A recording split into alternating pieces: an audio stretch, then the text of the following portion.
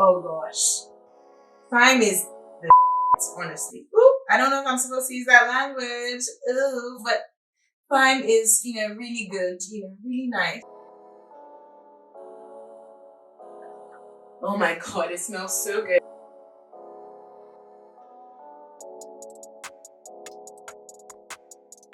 Hi guys, welcome to Loye's Kitchen. Today is my first episode of Veganize It, and today I'm going to be doing something so exciting for you guys. I absolutely love rice and peas. When I was in uni, I used to make so much jek, so I'm going to be showing you my homemade jek recipe today. I'm going to be using all natural ingredients. All you need is a blender, and you can easily make it very simple.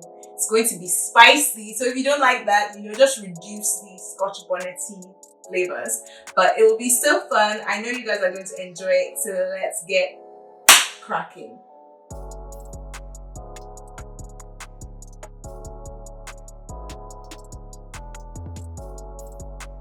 So first of all, for our jek recipe, we're going to be using just so many really nice ingredients to make it really flavorful, and we're going to be blending it in this container. So I'm going to be using a whole bunch of spring onions. Usually, if you buy it in the market, it might not be like as many, or it might be more. So the good thing to know is just try and use 6 of these.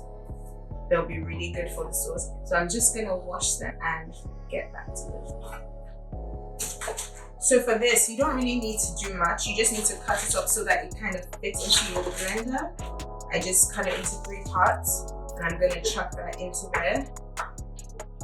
Next, I am going to be using 3 Scotch bonnets.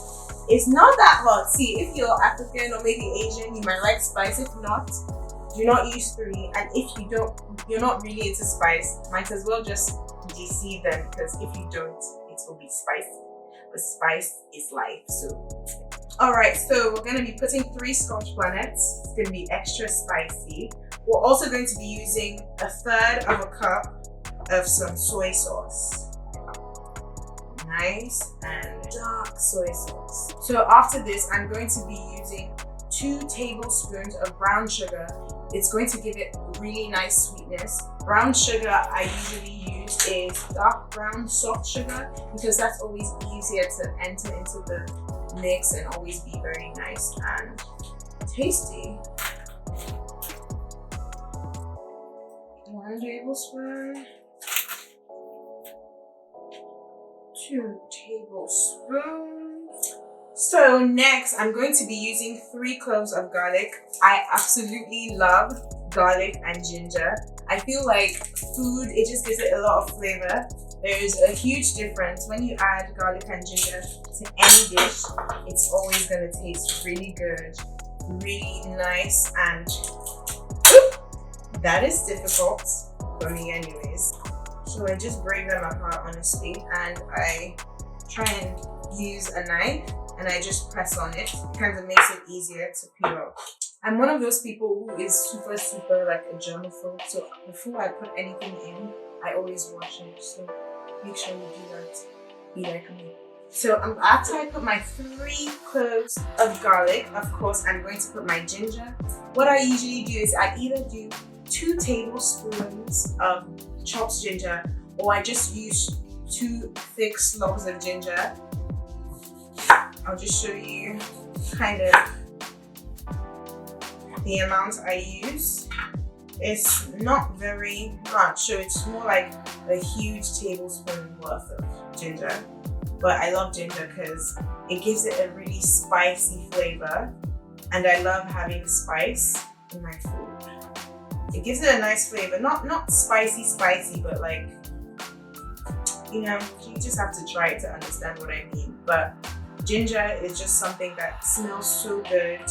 When I was young in my mom's kitchen, when my mom would cook, I would know when she's cooking, I would smell the lovely ginger, and it just always gives me that kind of feeling of being young and waiting for food to eat. So they're not equal sizes, but they kind of balance each other out. So 2 tablespoons or 2 chunks of ginger. So something I always use that I love is fresh thyme.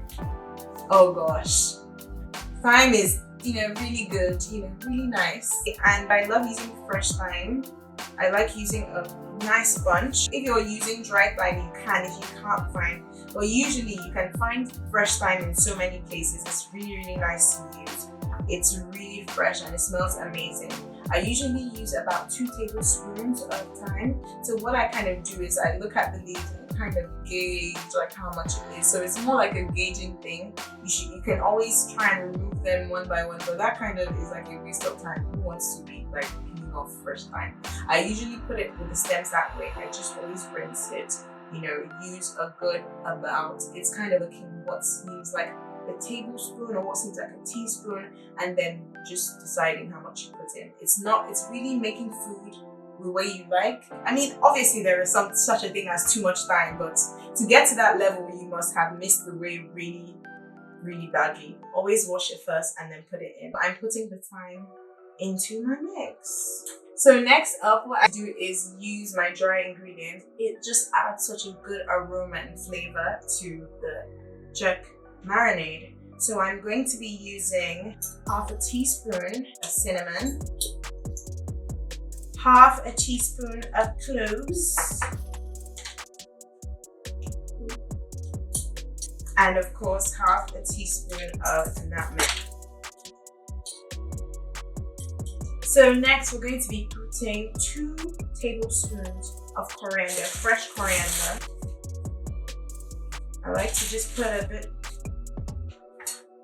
So what I like to do first is just chop it up.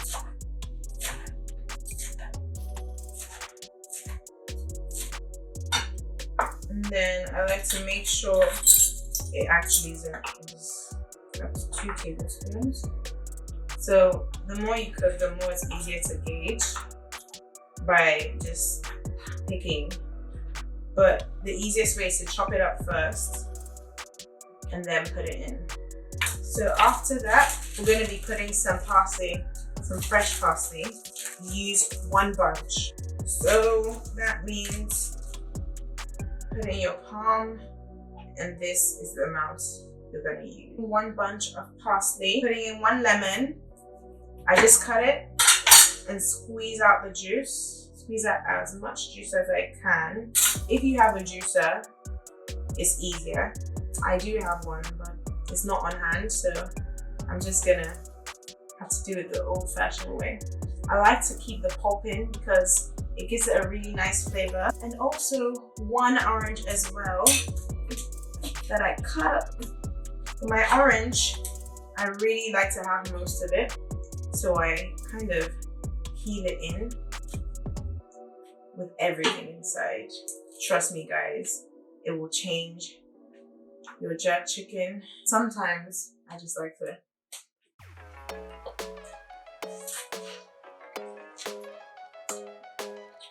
This is a really nice one. Really sweet as well. Next, I'm going to be using 2 teaspoons of Himalayan salt. I love Himalayan salt because it's just more natural salt that is really good for you. So I use 2 teaspoons. I use half a cup of extra virgin olive oil. I pour all that in. Let me tell you something that will change your jerk chicken or even any barbecue thing that you do, especially if it's not summer and you want that smoky flavor. This is the major tea. You need to have some liquid smoke. I love using liquid smoke in my recipes. So I just use 2 tablespoons of liquid smoke. It smells so barbecuey, so nice, so amazing, and it's the best thing ever. So next, I use 2/3 of a cup of water. I know it doesn't look like water, but I just cleaned out the soy cup. I don't like to waste. And I use this, which is so nice. This is my vegan bouillon powder. I use 2 teaspoons of that. And I put all of that in. Another major tea that changed my life was allspice berries. They're so good. See, you're looking at this huge thing, but no, I'm only going to be using 8 berries. You can use 8 berries, or you can use 2 teaspoons of pimento berry powder, or you can use 2 teaspoons of just regular allspice powder. So I'm going to be putting my 8 berries in. Last but not least, you need some onion. Onion is good. Onion is flavorful. Onion is everything. So I'm just going to be using 1 onion. I'm going to chop that real quick. I'm doing it into 4 so it's easy to go in. Onions make me cry. And I'm going to just wash that real quick and then chop that in. I pop it into the blender and we're ready to blend. So you just have to blend it for 30 seconds. So this is your blended mixture. Oh my god, it smells so good. It's really nice, dark and creamy. And what we're going to now do is basically use it to marinate our vegan no chick. You can use anything you like. If you have some seitan, if you have some jackfruit, I love it with jackfruit. But today I'm going to be using a really nice vegan substitute for chicken, and I'm going to marinate it. I'm going to be using the Iceland no chick strips. This is what they look like. And I'm going to be using our nice, amazing jerk marinade to marinate. Yes. I'm gonna mix it all in. Oh my god, it smells good. So for this, you can always keep it in your freezer and always use it whenever you need it. So you have your jerk marinade on deck. I'm gonna leave it whilst we do our rice and peas. And this is not your regular rice and peas. This is your nice, spicy, amazing, spectacular, never seen before rice and peas.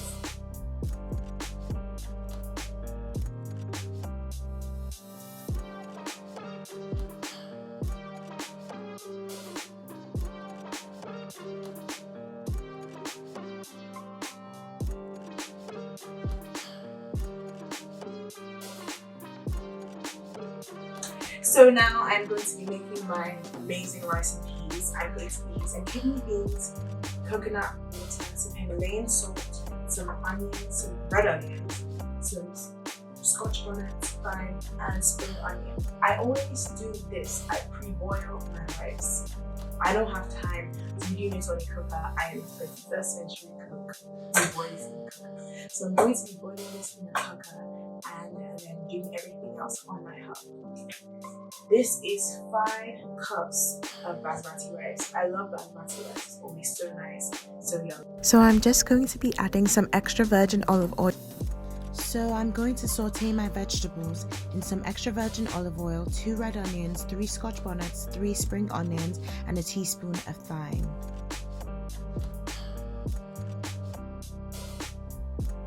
So what I'm going to do as I'm making sure I'm sauteing my vegetables, I'm going to just cut my plantain. With plantain, you can do as many as you want. It's always a good side. So I'm just slicing my plantains. You can really slice them or chop them or cut them any way you like. I'm just doing them this way because this is how I like it, but you could do it any way you like. I'm just doing them in a diagonal form. So I've added 3 cans of coconut milk, 1 tablespoon of Himalayan salt, 1 tablespoon of bouillon powder. I've added 2 nor cubes off camera. I'm just going to stir all that in and let that simmer on medium-low heat for 10 minutes. So after about 45 minutes of marinating this, we're now going to fry it in a frying pan.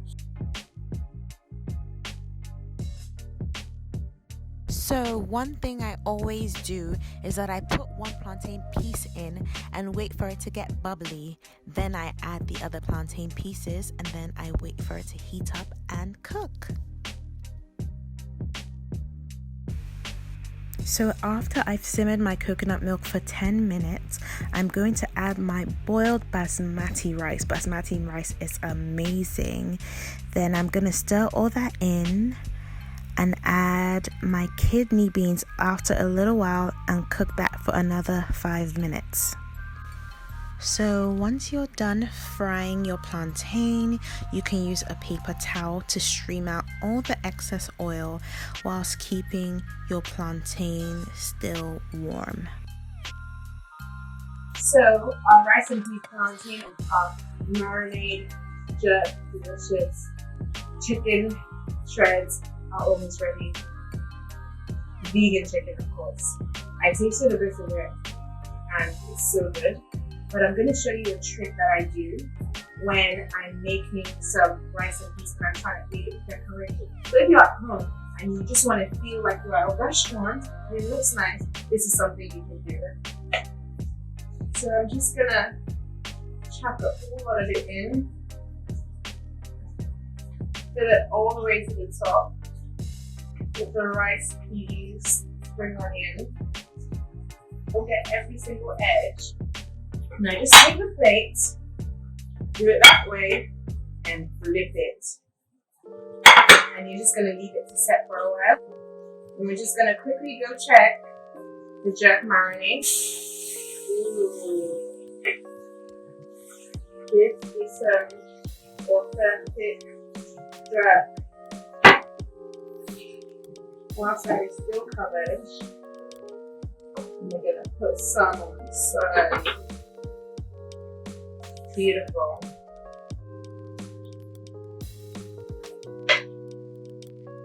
And secret. Ooh. Nice and pretty. And then we're gonna put some of the plantain on the side.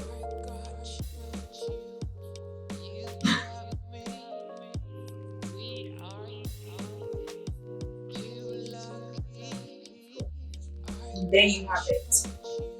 Really nice, flavorful rice and peas, some jerk, authentic homemade sauce, and some plantain. We're gonna have a taste.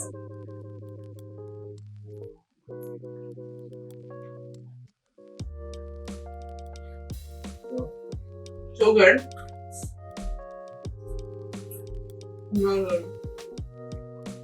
Make sure you try this. Make sure you try this at home. Please don't forget to subscribe to my YouTube channel. If you have any other ideas for things you want me to veganize, let me know. Please like this video, share it with people, anyone that wants to be vegan, anyone that wants a plant-based recipe, or a really bomb, spicy, amazing marinade. Ooh, it's so good. So thank you guys for watching, and I can't wait for you guys to see my next video. Bye!